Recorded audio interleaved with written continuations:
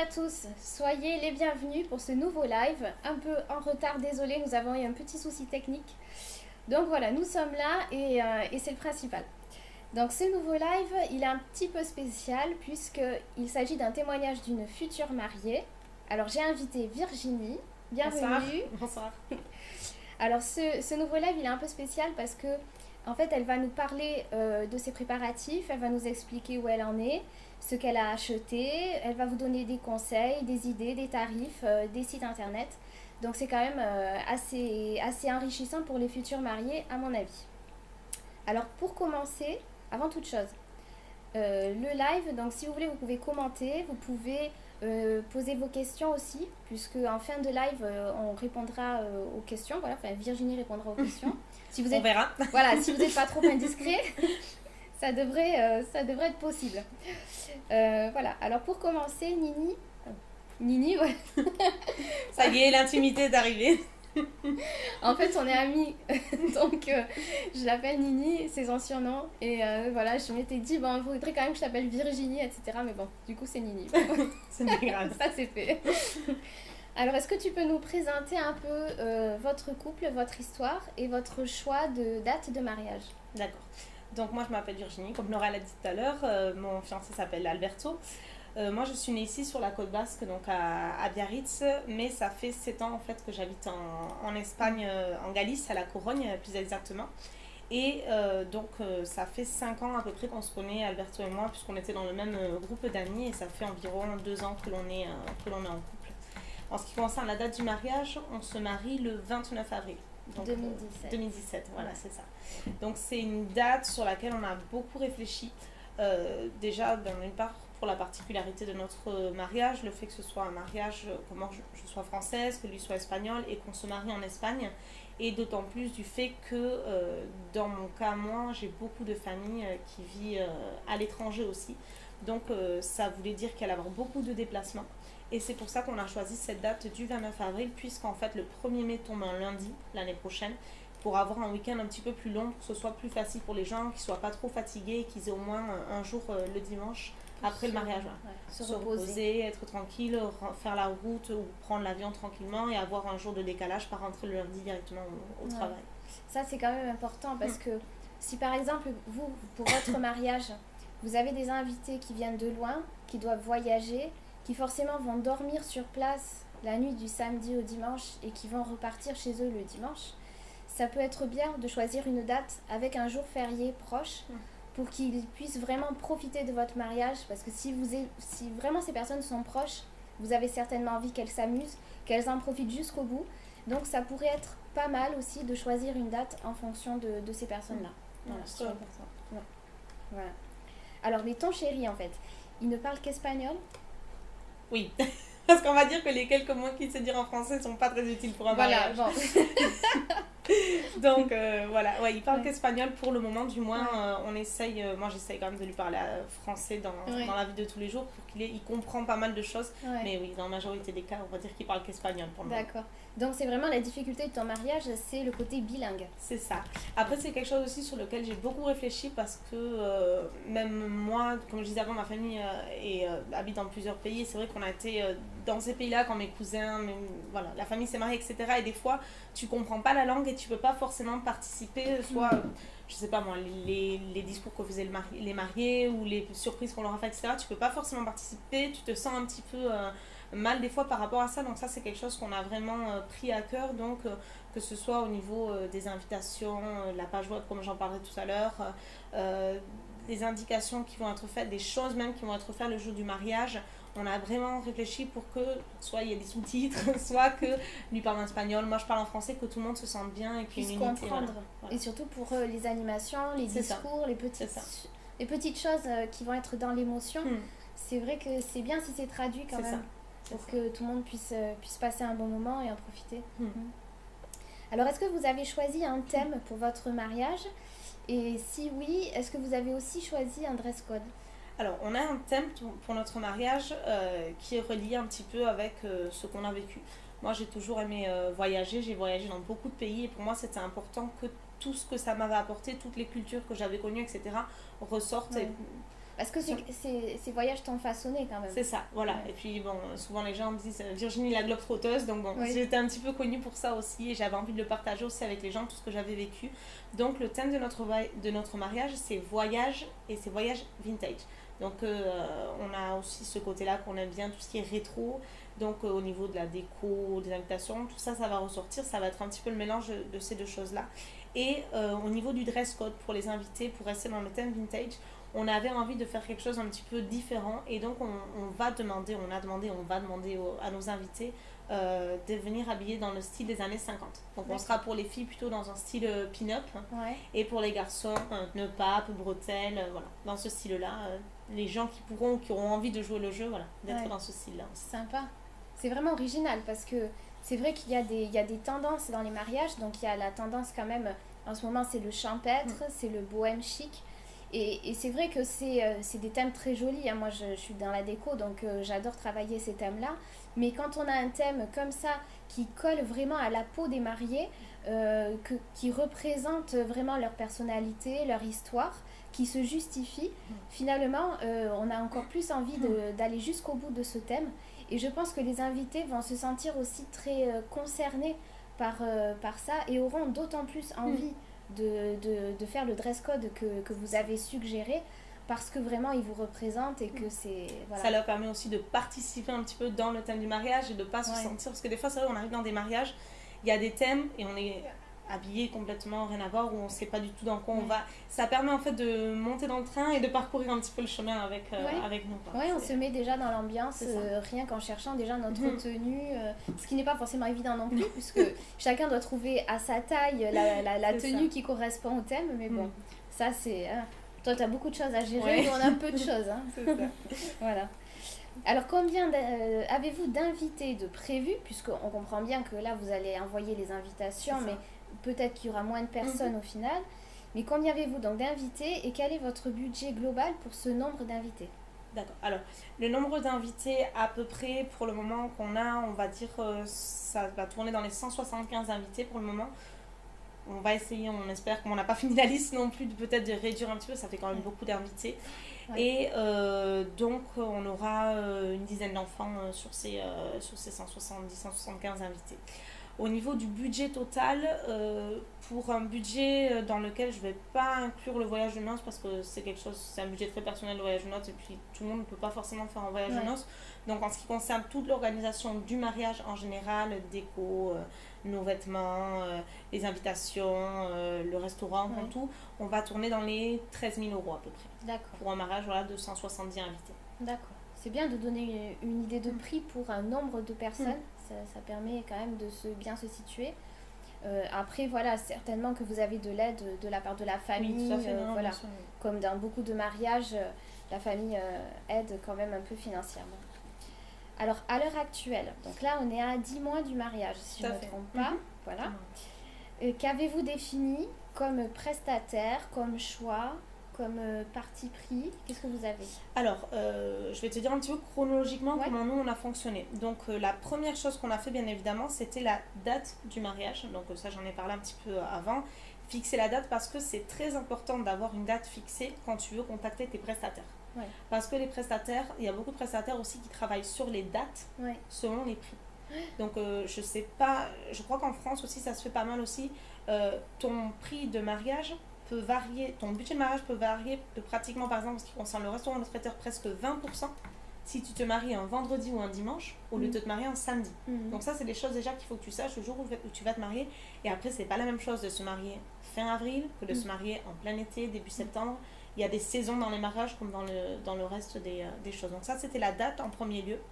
Après la date, ce qu'on a fixé, c'était le traiteur. Donc le restaurant. Pour nous, ça a vraiment été un challenge, ça. Parce que c'était très compliqué. Moi, je suis du Pays Basque. Ici, au Pays Basque, plutôt on est habitué à louer des salles, à faire venir un traiteur, etc. Chose qu'en Espagne ne se fait pas. Ça se fait pas du tout. En Espagne, tu vas à un restaurant qui te prépare tout de A à Z. Tu ne touches rien. Tu payes juste un prix fixe par personne. Et c'est fini. C'est ça, c'est pour tous les mariages. C'est ça, voilà. c'est ça. Alors qu'en France, on a le choix. C'est ça. C'est-à-dire que tu peux travailler par exemple avec des traiteurs ou les travailler avec un restaurant, mais ces traiteurs-là ont leur salle. Ah, d'accord. C'est-à-dire que tu n'as pas forcément le choix, tu n'as pas des salles à visiter et toi, après, tu appelles ton traiteur et tu leur dis d'accord. Ok. Ça se passe pas comme ça. Donc moi, c'est un challenge, j'ai dû contacter beaucoup de monde, des restaurants, des traiteurs, des ceci, cela, pour trouver un endroit qui correspondait à nos critères, donc qui soit pas trop loin de la ville, parce que déjà les gens devaient voyager jusqu'à la ville, si après il fallait se mettre à 20-25 minutes, une demi-heure, ça voulait dire que les gens devaient louer des voitures, devaient se déplacer, trouver l'hôtel, etc. C'était très compliqué. Nous, on voulait quelque chose proche de la Corogne, là où on habite, qui est, si possible, un hôtel à proximité, voilà, à proximité ou inclus pour pas que les gens aient trop à se déplacer. Donc finalement on a réussi à trouver ça. On a réussi à trouver un hôtel, restaurant en fait, qui a accédé à nous laisser la salle dans laquelle eux font habituellement les mariages, accès aux cuisines et l'hôtel privatisé, on va dire, pour que toutes les personnes du mariage qui veulent rester sur place puissent rester sur place. Donc ça, c'est la première chose qu'on a fixé nous. Après ça, ce qu'on a fixé, ce qu'on a engagé, c'était le photographe. Moi, c'est une partie qui était très importante pour moi. Je savais qu'il y a des choses que j'allais sacrifier sur le mariage dû à notre budget. Mais il y avait une chose que je ne voulais pas sacrifier. Tu ne voulais pas faire l'impasse sur le photographe. Pas du tout. Ouais. Pas du tout. Donc, il y a quelques années de ça, j'ai connu des photographes. Donc, ils s'appellent Don Bringas. Ça, c'est leur nom. C'est un couple, lui et des Philippines, elle est mexicaine.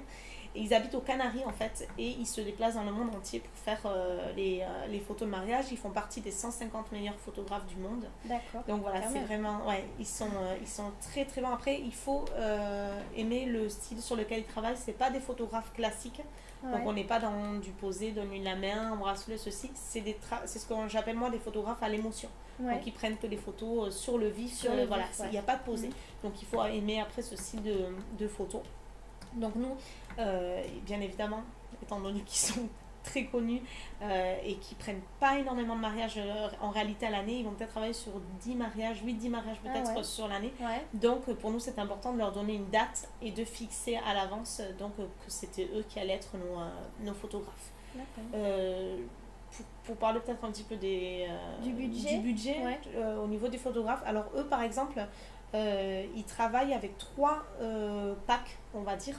Donc ils vont entre 1500 et 2000 euros, on va dire à peu près sur les budgets sur lesquels ils sont en train de travailler actuellement.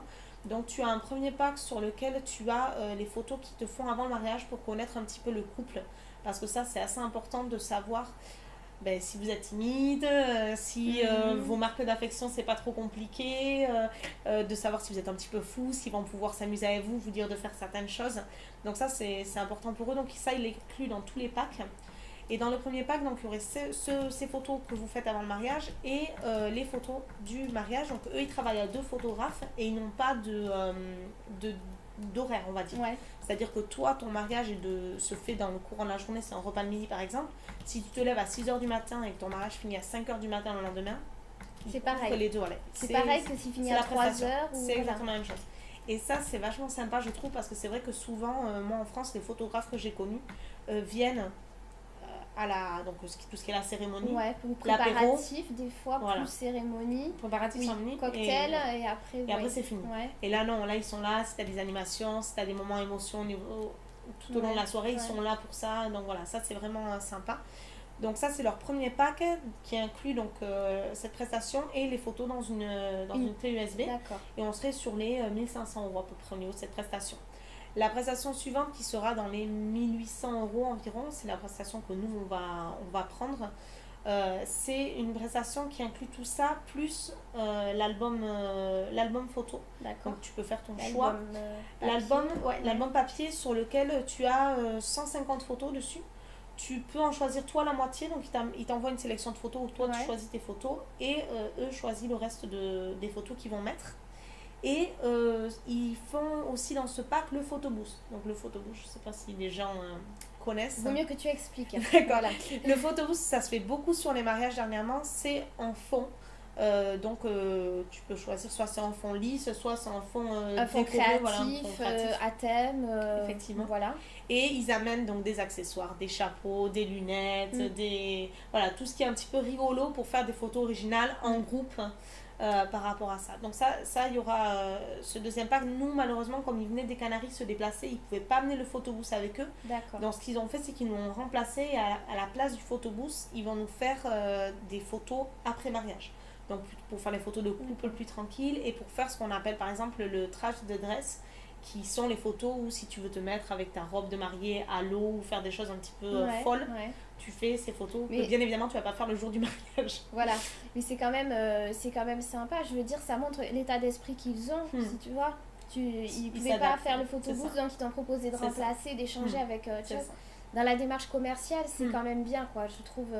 Ça, c'est important d'avoir des gens, et ça nous arrivait aussi sur le restaurant, d'avoir des gens qui s'adaptent et avec qui tu t'entends bien. Parce que c'est vrai que des fois, malheureusement, on a connu des prestataires qui sont carrés, c'est ceux qui ont écrit sur le papier et tu peux pas sortir de là.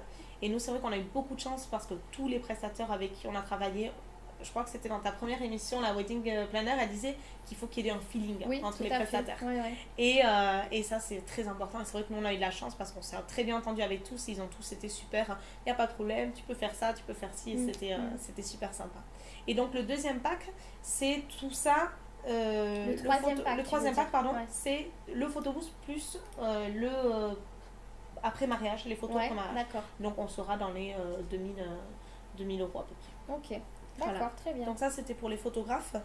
Alors, moi, certaines mariées me diront que j'ai mis du temps, d'autres me diront que j'étais très à l'avance. J'ai déjà ma robe. Donc ma robe, je l'ai achetée il y a environ 1 mois de ça.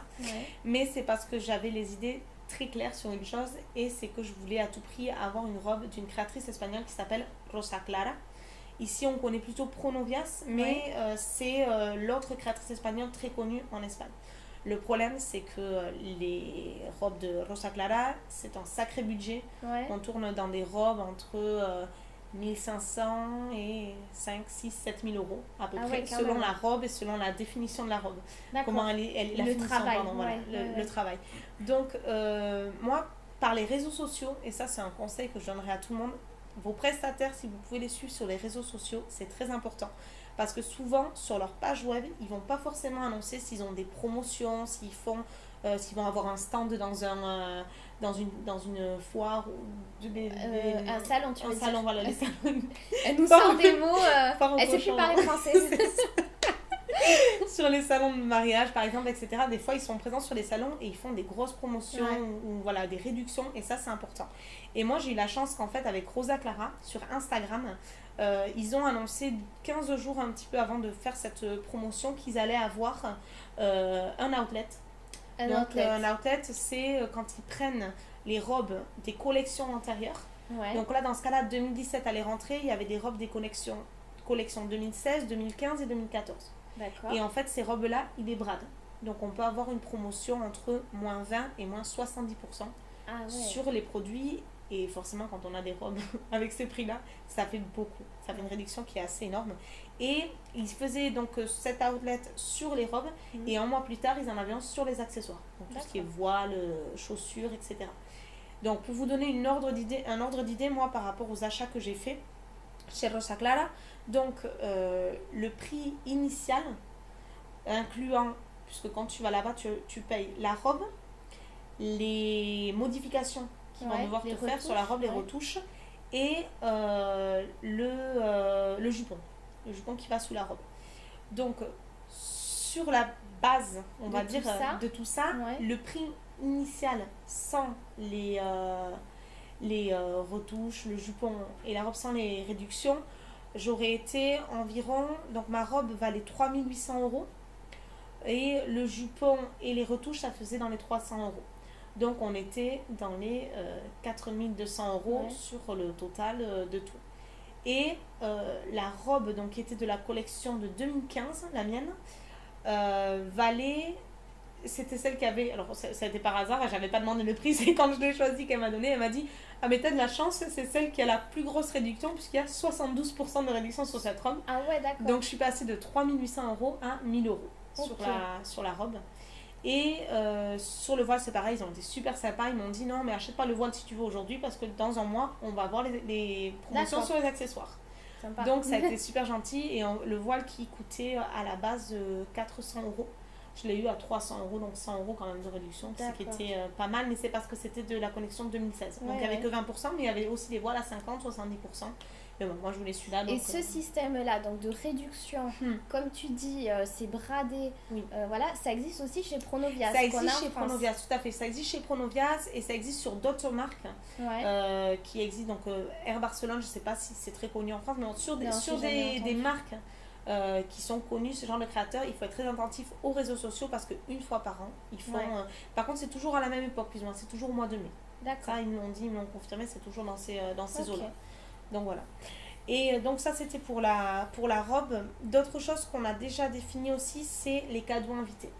Alors les cadeaux invités, moi c'est quelque chose qui me tenait beaucoup à cœur parce que ça me faisait beaucoup de peine, autant pour les mariés que pour les invités, parce que je voyais souvent que, alors en France, c'est vrai que c'est pas quelque chose qu'on a beaucoup travaillé. Tous les mariages moi sur lesquels j'ai été jusqu'à présent, hormis un mariage, tous les mariages sur lesquels j'étais, c'était les dragées. Donc les dragées, les chocolats. Alors maintenant, on arrive quand même à sortir un peu de ça. Mais... D'accord, ok. Mais en Espagne, c'est vrai qu'ils ont une autre culture par rapport à ça et c'est très important. Le cadeau invité, c'est vraiment ta petite reconnaissance, on va dire, à l'invité qui soit venu. Donc ils font beaucoup de choses différentes selon les mariages. Et nous, on avait envie que ce soit quelque chose d'un petit peu différent. Donc au niveau des cadeaux invités garçons, mon chéri Alberto, il est fan de Estrella Galicia. Donc Estrella Galicia, pour ceux qui ne connaissent pas, c'est une marque de bière galicienne, espagnole, mais qui au jour d'aujourd'hui a été votée, elle fait partie des meilleures bières du monde, même à New York, il y a un bar Estrella Galicia qui s'est ouvert. Donc c'est vraiment très connu et lui c'est vrai que tout le monde le connaît par rapport à ça parce qu'il aime beaucoup cette bière et puis nous on a la brasserie à la Corogne puisque ça a été créé là-bas. Quand il est invité chez quelqu'un, c'est ce qu'il emmène. C'est ça, c'est ça. Je lui ai dit, on va mettre quoi à boire au mariage? Estrella Galicia, d'accord. Ça marche. Donc, nous, on a trouvé des mini bouteilles d'Estrella Galicia, donc qui font à peu près 22 cm, 22 millilitres, pardon. Et on a créé un logo, en fait, pour notre mariage, que malheureusement, on l'a pas encore vectorisé, donc je peux pas vous le montrer. On voulait le montrer, mais il y a eu des petits couacs. C'est ça. Et ce logo, en fait, du mariage, on va le faire imprimer sur des étiquettes autocollantes, les étiquettes de bière, en fait, on va le découper de cette façon. Et donc, chaque garçon va avoir sa petite bière d'Estrella Galicia avec son autocollant, donc avec le logo du mariage. Très bien. Et ce logo, on va le retrouver aussi un peu partout. C'est ça, sur les invitations, sur la web du mariage, sur les menus, un petit peu partout. Sympa. Et pour les filles, je sais pas si tu veux qu'on... Plus tard, après. D'accord, ok. Donc pour les filles, toujours dans le thème du mariage, on a acheté, on vous montrera donc après, des petites boîtes... comme des boîtes de... Je sais pas trop expliquer. Mais montre-la si tu veux la montrer. Si t'arrives pas à expliquer. Je sais pas. Plutôt vers le bas peut-être. Ici, tu la poses là. Donc. Alors, c'est plutôt dans ce sens. Ouais, ok. Donc, la petite boîte voyage, vintage, un petit peu rétro avec la rose des vents dessus. Ouais. Et donc ça c'est le petit, c'est le contenant on va dire pour les cadeaux invités et le cadeau des filles ça va être des petites poches de thé qui vont contenir du thé, donc du thé que je vais acheter en gros pas en vrac. Et mais en fait chaque table du mariage a un thème, représente une ville et chaque boîte contenant du thé va dépendre selon la table sur laquelle vont être les invités. Puisqu'en fait, ce que j'ai fait, c'est que j'ai acheté pour chaque table le thé qui a une histoire pour moi, qui a une relation avec cette ville. Par exemple, sur mon premier voyage à New York, c'est là où j'ai découvert Starbucks, puisque à l'époque ici, il n'y en avait pas trop. Et c'est là où j'ai découvert le chai, un thé que j'adore. Donc dans la boîte de New York, ça sera du chai. Quand j'allais à Séville... chez une amie chez qui j'allais tout le temps en hiver, elle me mettait un thé qui s'appelle Pakistani, c'est le thé qu'il va y avoir. Quand je suis partie en voyage à Paris avec ma mère, j'ai acheté du thé et tout ce qui me rappelle cette ville, en fait chaque boîte aura avec un petit papier une explication de pourquoi ce thé, quel thé et pourquoi ce thé. Sympa. Donc là on retrouve aussi l'idée que selon la personnalité des mariés, le cadeau invité va vraiment avoir un sens et certainement que, enfin moi je suis invitée à ton mariage ouais, bon, on fera un effort. Je vais la rajouter sur la liste. Voilà, donc moi, en fait, en tant qu'invitée, je dirais que ce cadeau-là, il va avoir vraiment une valeur très symbolique par rapport à ce mariage. Et je sais pas si je vais le goûter en fait. Voilà, tu vois, il y a ce côté-là. Je pense que je vais peut-être le garder précieusement. Et du coup, voilà, ça a une connotation très sentimentale. Je vérifierai dans 10 ans, quand on continuera à faire des émissions, je vous dirai si elle est encore là, la boîte ou pas. Voilà, mais la boîte, tu la verras, mais après, ce qu'il y a dedans. Je vérifierai. Et donc voilà, donc ça c'est pour les cadeaux invités. Autre chose déjà de défini par rapport à la robe et par rapport au thème du mariage, la coiffure aussi. Donc ça, j'avais regardé pas mal d'idées. Moi, mon coiffeur, c'est mon coiffeur en qui j'ai confiance, lui chez qui je vais tout le temps. Et ça, je pense aussi que c'est très important. Il faut vraiment, moi, l'aventure, le jour du mariage, aller chez un coiffeur avec qui a jamais travaillé tes cheveux, qui connaît pas ta couleur, qui sait pas trop comment tu réagis ou qui t'a jamais coiffé. Pour moi, je trouvais que c'était un petit peu prendre des risques. Ouais. Et puis en plus, finalement, ton coiffeur, au fur et à mesure, tu as un peu une amitié, on va dire, avec lui parce qu'il te connaît. Et moi, je savais qu'il allait me conseiller quand je lui montrais la robe, de me dire ça va aller, ça va pas aller, ou avec ton visage, ça va pas forcément. Et ça, c'est sympa de voir aussi qu'il y a de la confiance entre les deux. Voilà, il y a une certaine intimité qui te permet d'avoir des bons conseils par rapport à ça. Donc ça c'est pareil. Et lui, par exemple, ce qu'il m'a dit, c'est que moi, du fait que j'avais fait beaucoup de couleurs dernièrement, j'avais les cheveux assez abîmés. Donc ça aussi, on a prévu en avance d'avoir des soins de kératine par exemple pour les cheveux parce que ça se voit beaucoup sur les photos ou toucher. Donc pouvoir aussi travailler tes cheveux, prendre soin un petit peu de ce qui est tout ce qui est corporel, les cheveux, etc. pour être bien pour le jour du mariage. Donc ça aussi c'est quelque chose qu'on avait prévu. Et deux autres choses qu'on a aussi déjà définies, c'est le candy bar, parce que moi je voulais un candy bar, donc j'aime beaucoup tout ce qui est cupcake, cheesecake, brownies. Chez nous en Espagne, surtout à la Corogne, il y a beaucoup de bars, c'est très à la mode tout ça. Donc moi je voulais qu'il y ait ça et je voulais travailler aussi avec les gens avec qui j'ai l'habitude d'aller, donc les bars, les cafétérias dans lesquelles j'ai l'habitude d'aller, pour pouvoir, parce que je connais les produits, pas me lancer pareil dans quelque chose où je sais pas à quoi ça va avoir goût. Non. Nous on voulait quelque chose, nous on aime bien dans la semaine aller boire un petit café avec notre cupcake, etc. Donc on connaît les goûts, on sait comment ils travaillent, etc. Donc ça c'était important. Donc toi tu as fait travailler le commerce local. C'est ça. Moi, commerce local, voilà. Et ça c'est important parce que tu connais ton produit en fait, et c'est bien par rapport à ça. Donc ça c'est pareil, ce soit les bonbons ou les gâteaux qu'on va mettre. Tu as fait une demande de devis parce que... Alors oui. Il fallait quand même savoir s'ils étaient capables de faire en grosse quantité. Tout à fait, voilà. Donc on a fait demande de devis et plein de questions très importantes à poser. Est-ce que c'est nous qui devons les récupérer? Est-ce qu'ils vont les amener là-bas? Est-ce qu'il y a des frais pour le transport en plus quand ils doivent le transférer d'un endroit à l'autre? Pareil, par exemple, il y avait certaines prestataires qui me plaisaient dans certaines choses chez l'un, certaines choses chez l'autre. Pouvoir, voilà, prendre ce que tu veux chez l'un et chez l'autre. Et la dernière chose à part ça, c'était les fleurs. Les fleurs, avoir un budget total fixe déjà et voir un petit peu les fleuristes proches de chez moi que j'aimais bien, savoir comment ils travaillaient, savoir s'ils pouvaient nous conserver les fleurs quelques jours avant et quel genre de fleurs ils avaient à disponibilité. Ouais, par rapport à la saison. Ok. Alors, est-ce que tu utilises une appli pour t'organiser? Est-ce que tu as quelque chose à conseiller aux futurs mariés rapidement? Tout à fait, oui. Donc moi, ça serait mariage.net. C'est ce que je conseille à tout le monde. C'est très pratique.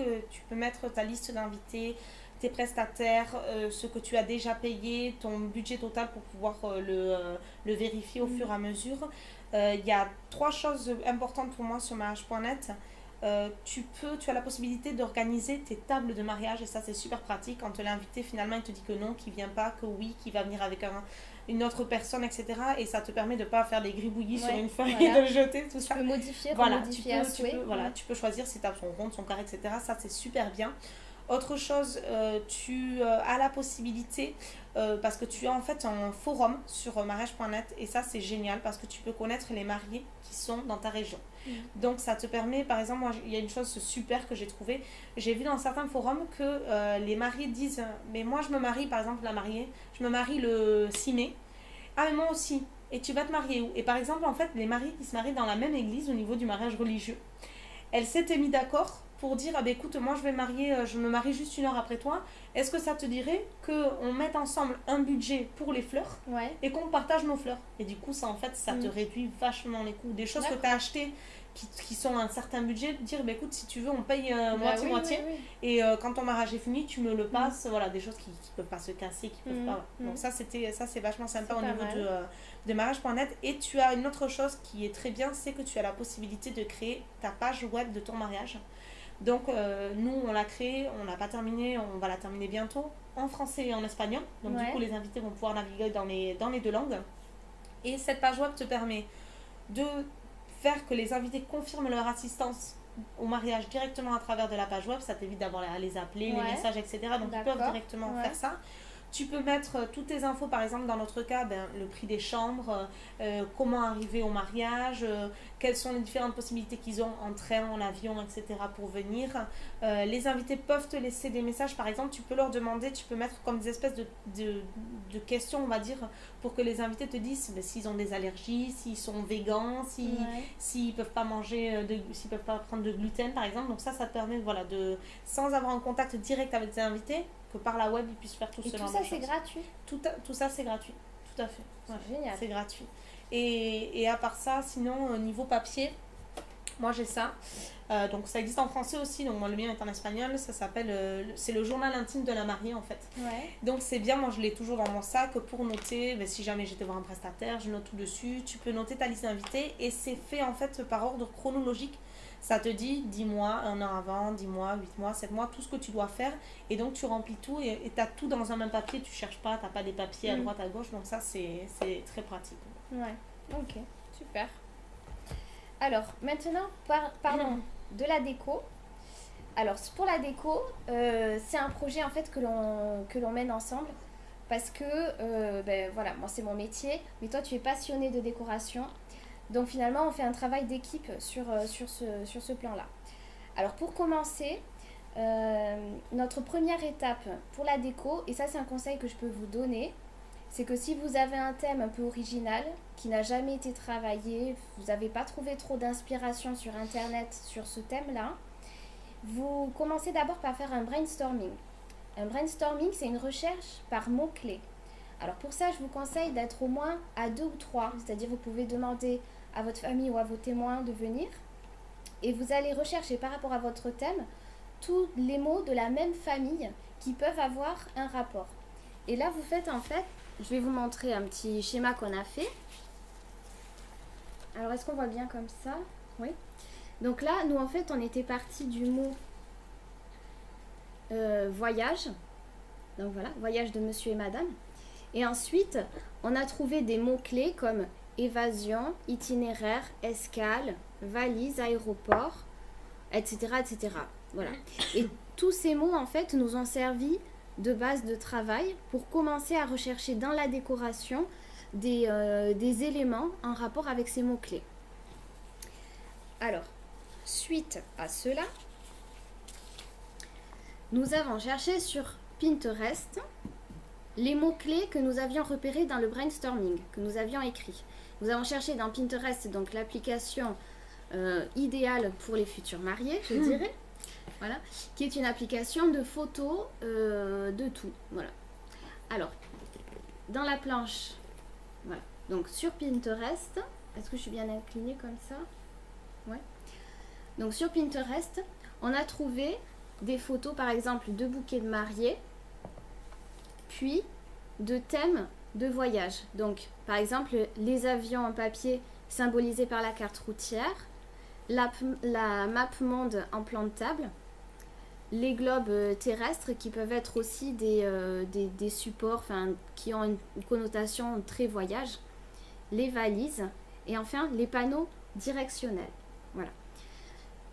Ici, pour le code couleur, en fait, c'est un code couleur qui plaisait à Virginie.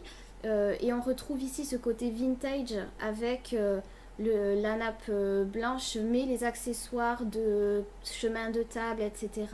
dans des couleurs comme ça, marron, lin, beige, qui rappellent le côté voilà, rétro, ancien. Voilà. Donc Pinterest, c'est vraiment important, à mon avis, d'y avoir recours pour vraiment rechercher ce qui a déjà été fait dans la décoration, parce que vous pouvez réutiliser ces idées, certes, mais vous pouvez aussi, comme ça a déjà été fait, en chercher des nouvelles. Ça peut vous servir finalement d'élimination. Voilà, ça a déjà été fait, ça existe. Maintenant, je vais chercher sur un autre, un autre chemin, quoi, si on peut dire ça. Alors, dans la deuxième planche,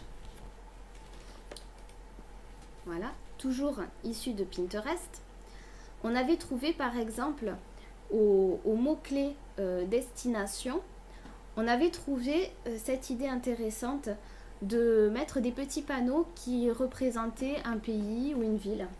J'approche un peu plus. Voilà, merci. Alors, par exemple, on avait Tahiti, Stockholm, etc. Je trouvais intéressant la façon dont chaque table pouvait être mise en scène avec un pays qui lui est propre. Ensuite, sur Pinterest, on a aussi trouvé cette idée de représenter la direction par les boussoles. Donc ça, c'était vraiment intéressant. Et puis, ici, tout en bas là, voilà, merci, je vois mieux. Cette idée de Pinterest, c'est celle d'utiliser un objet caractéristique d'un pays ou d'une destination. Donc, par exemple, sur cette table qui s'intitulait le Panama, ici on voit un chapeau qui est un Panama, qui représente vraiment le pays. Voilà. Alors, si on continue un petit peu plus haut, toujours sur Pinterest, on avait trouvé ici l'idée pour les boîtes à enveloppe d'utiliser une valise ancienne, donc qui combine le thème voyage et vintage en même temps. Voilà.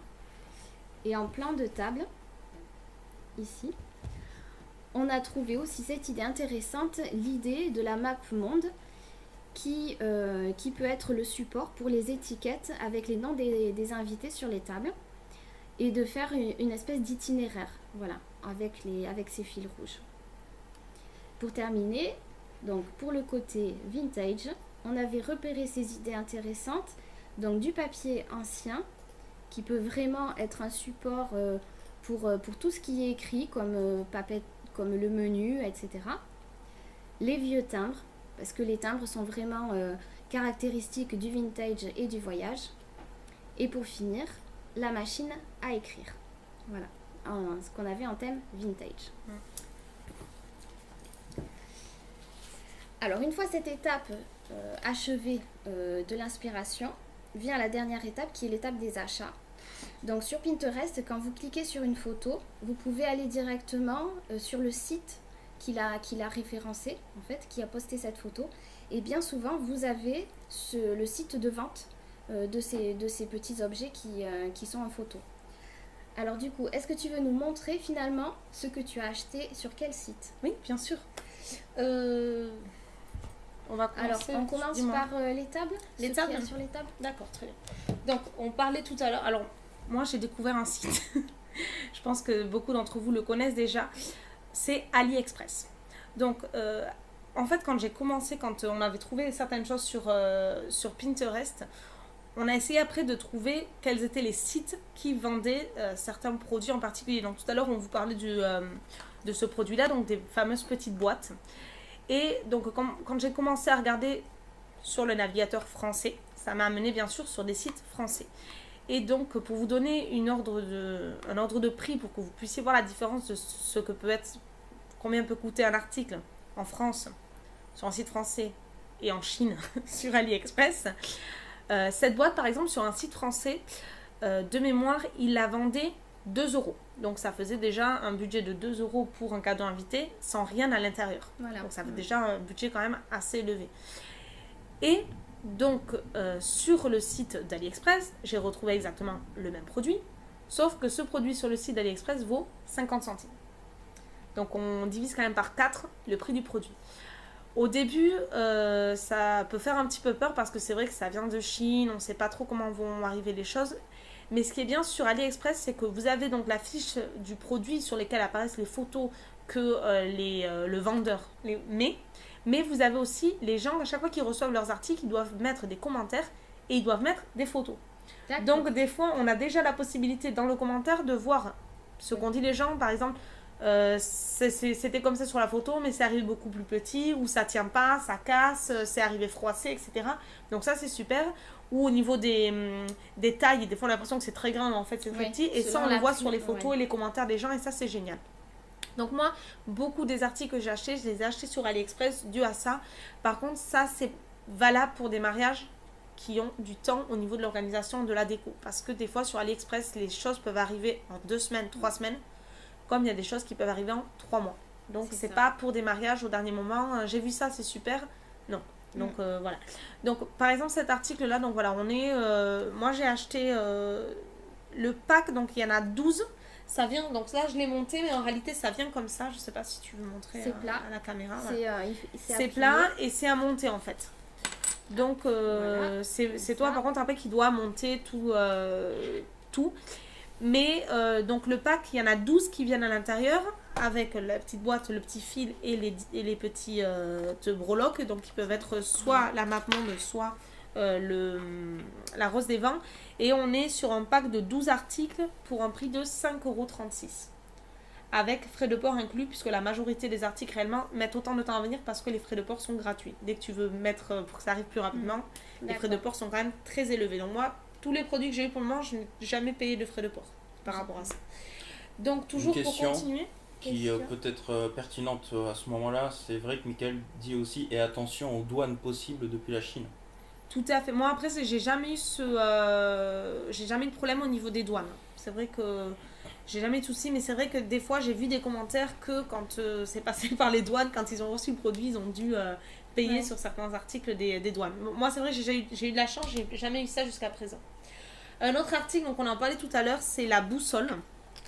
La petite boussole qui au début en fait on a pensé à ça pour les cadeaux invités, mais après on a changé d'avis. Bon, ça revenait quand même c'est ça, un peu trop cher au final, non? C'était quoi l'idée? Même pas ça, c'est que parce que la boussole réellement en fait m'a coûté 50 centimes par unité, donc on en a acheté une par table pour que ce soit des éléments mais je sais pas, ça te plaisait, ça me plaisait, oui voilà, donc bon, on a changé d'avis. Donc ça c'est la boussole, elles sont sympas, c'est donc pour mettre sur chaque table. On aura ça. Donc ça toujours sur AliExpress. Autre chose pour les tables, c'est les marque-places. Donc sur lesquelles vont être écrits par-dessus les noms des invités. Donc j'en ai acheté de différentes façons pour que les tables soient un petit peu différentes. Je crois que j'en ai 6 ou 7 de mémoire. Donc on est sur 15 étiquettes pour un prix de 1,50 €. D'accord. Donc environ 10 centimes le marque-place. Et là on voit que tu as trouvé parfaitement le thème voyage vintage. C'est ça. Parce que la montgolfière, c'est vraiment... Et après, toujours pour rester dans le thème dans le sujet des tables, alors moi il y avait quelque chose qui me tenait beaucoup à cœur, c'est que comme chaque table, c'est pas une ville choisie au hasard, c'est des villes dans lesquelles on a été et qu'on a voyagé, on a ramené, soit lui, soit moi, soit les voyages qu'on a fait ensemble, des objets, des souvenirs, des choses qui soient spécifiques. Donc par exemple dans ce cas-là, moi j'ai été en février en Roumanie à Bucarest, et de Bucarest j'ai été dans une boutique où il y avait des livres anciens, et j'ai ramené ce livre donc de 1974 qui m'a coûté, en faisant le changement de monnaie, 40 centimes. Je crois que c'était le changement au changement. On voit bien le côté vintage. Voilà, c'est ça. Et ensuite, une dernière chose qu'on va voir, ça par exemple sur la table de Londres, on va avoir des photos aussi sur chaque table. Donc ça, c'est un petit album que j'ai payé 4 €, que j'ai acheté dans un magasin style un petit peu Tati, comme vous aurez en France, Primark qu'on a nous en Espagne, dans lequel il y a les photos des voyages que j'ai fait, donc du voyage à Londres avec mes amis. Donc ça serait pour les tables. Ensuite, pour le livre d'or, moi je voulais un livre d'or un petit peu différent. Donc l'idée du livre d'or, ça va être des cartes postales que les invités nous envoient en fait comme s'ils étaient eux en voyage dans le monde. Donc j'ai acheté toujours sur AliExpress ces petites enveloppes donc avec le petit signe Airmail. Donc là sur ces enveloppes là, on a 20 unités et le pack m'a coûté 1,23 €. Les 20 unités, toujours frais de port gratuits. Donc c'est assez sympa. Et pour mettre à l'intérieur, ce sur quoi les invités vont écrire, ce sont des petites polaroïdes avec plusieurs villes dessus. Donc c'est bien parce que souvent les invités, ils écrivent déjà en mots aux mariés quand ils leur donnent l'enveloppe ou quand ils leur donnent le cadeau. Donc ça, c'est pour pas qu'on ait trop à écrire, c'est petit, c'est sympa.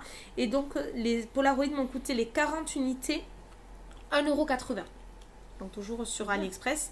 Et le petit timbre à coller sur l'enveloppe.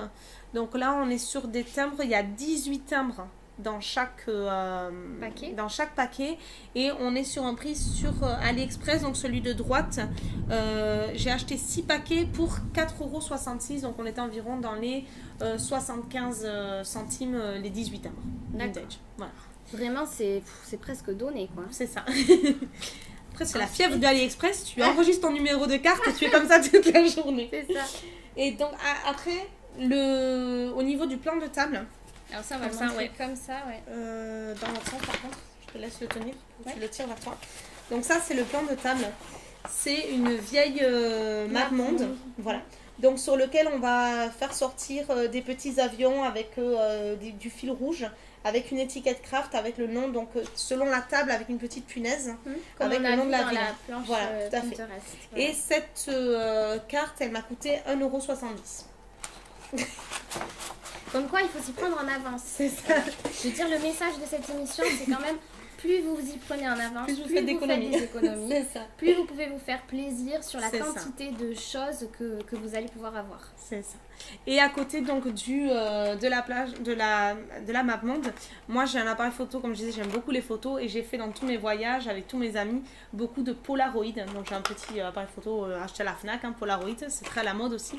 Et j'ai acheté ces petites épingles, voilà.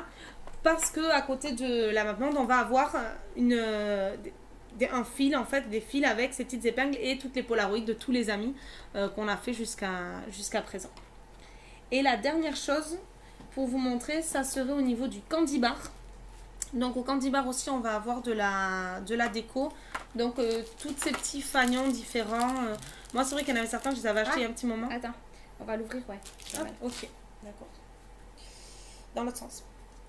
Toi, voilà. Donc voilà, donc on est toujours un petit peu dans le vintage par rapport à ça, je sais pas si on y voit. Très bien. Bar. Donc voilà.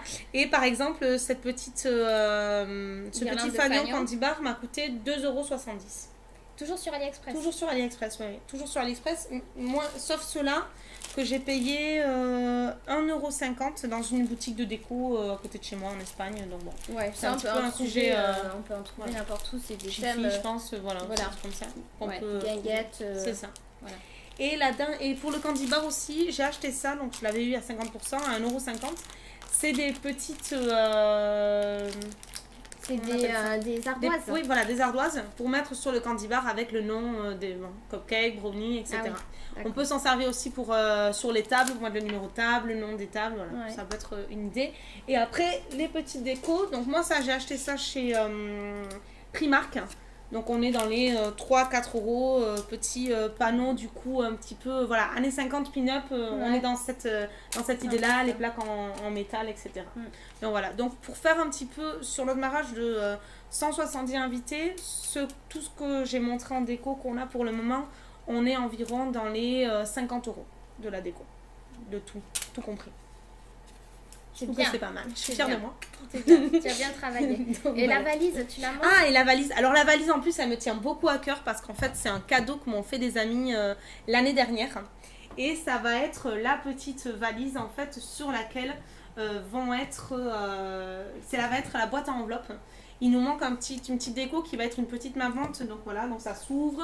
Ouais. On va avoir la petite mamante qui pend comme ça ici avec la boîte pour mettre donc les enveloppes pour les invités. Et c'est un petit peu voilà mon côté émotionnel. C'était un peu un cadeau qu'on avait vu ici dans la planche là. Là, voilà. C'était un peu cette idée là qu'on a reprise, mais qui sera encore plus aboutie avec ce qu'on va faire. Voilà. C'est bon, on a fait le tour des achats. C'est ça. Voilà, très bien. Bon, ben avec tout ça, c'est déjà pas mal. Hein. On a déjà bien avancé. C'est ça. Ensuite, il te reste à faire des petites choses encore d'ici là, des détails à régler, tout ça. De la déco encore un petit peu, le costume, les transports pour les invités aussi, pour pas qu'ils aient tous à se déplacer en voiture. On pensait peut-être mettre un bus qui aille de l'hôtel à la mairie, de la mairie au repas, pour pas que les invités aient trop à se déplacer. Et voilà, des petites les alliances et faire les essais de coiffure, petite retouche Ouais. de la robe, Et les etc. invitations Et les invitations, on va faire au mois de septembre. En fait, nos photographes viennent faire un autre mariage dans la même ville, d'amis Ouais. à nous aussi. D'accord. Et ils vont profiter d'être là au mariage pour nous faire nos photos Voilà. avant mariage. Voilà, Donc ok. on utilisera certainement une de ces photos avec le logo qu'on espère qu'il sera fait d'ici là. Ouais. Le logo, par contre, si tu veux, je l'ai sur la... Je sais pas si tu as la feuille. Alors, oui, bon. Elle est un petit peu. J'ai Non, un petit peu. sur l'autre froissé. feuille. Sur là. Ah, ça, d'accord. Ça, Faut c'est voir un l'idée petit de peu. base du logo, en fait. Quand on a fait le brainstorming, elle m'avait déjà parlé de son idée du logo. Donc en fait, on était parti sur l'idée de la rose des vents, mais aussi d'une guirlande de fleurs qui Et allait, faire mon bouquet. voilà, avec les fleurs qui allait y avoir dans le bouquet. Et ça donnait ce côté quand même vintage voyage.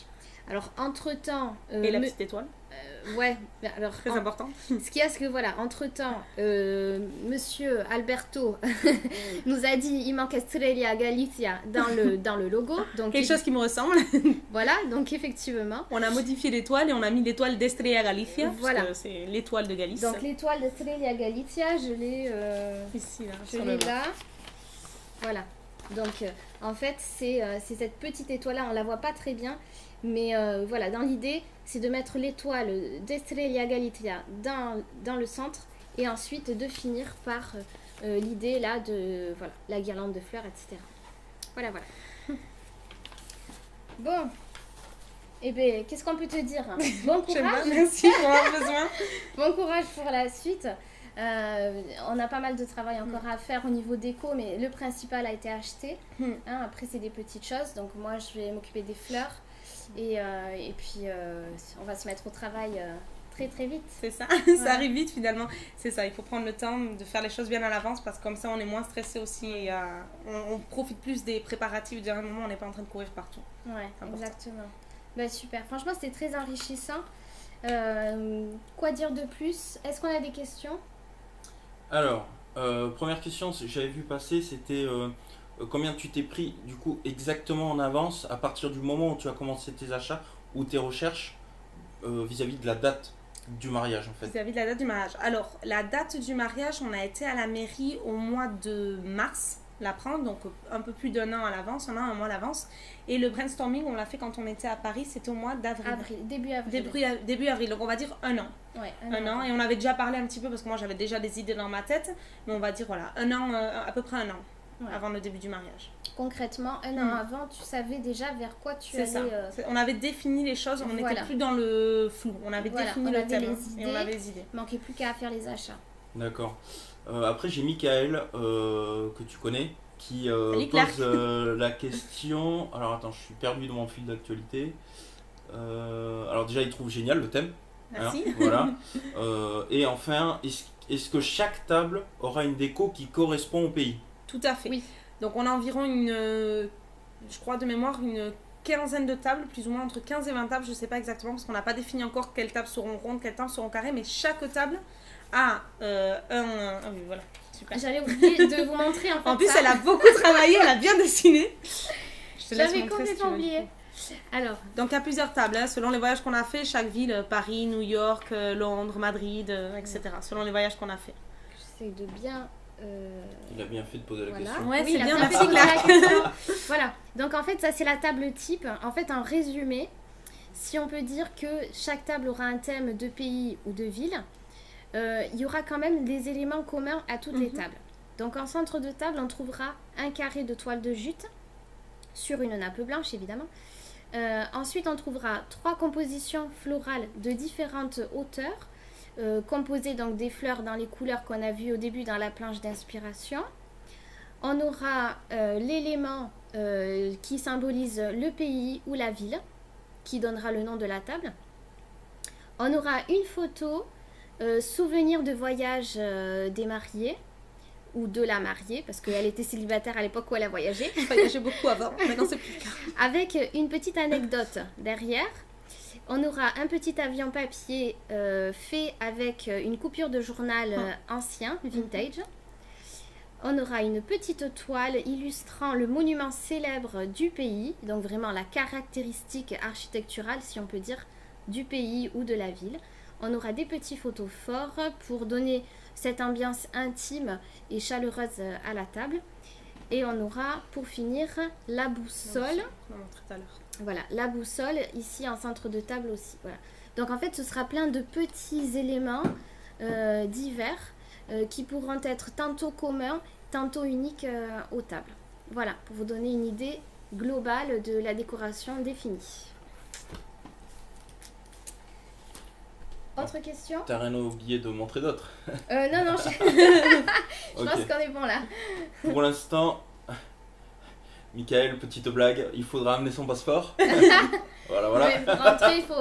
L'invitation, si t'as pas l'invitation, tu viens pas, tu repars à Genève en suivant. L'invitation, c'est presque le passeport en fin de compte. Voilà, exactement. Bon, pour moi, c'est bon, je n'ai plus de questions. Plus de questions? Ouais. Ok, super. Merci à tous d'avoir suivi ce live. N'hésitez pas à vous abonner à la chaîne parce que vraiment, vous pourrez bénéficier de toutes les notifications. Vous recevrez des mails quand je sortirai des vidéos et aussi des vlogs.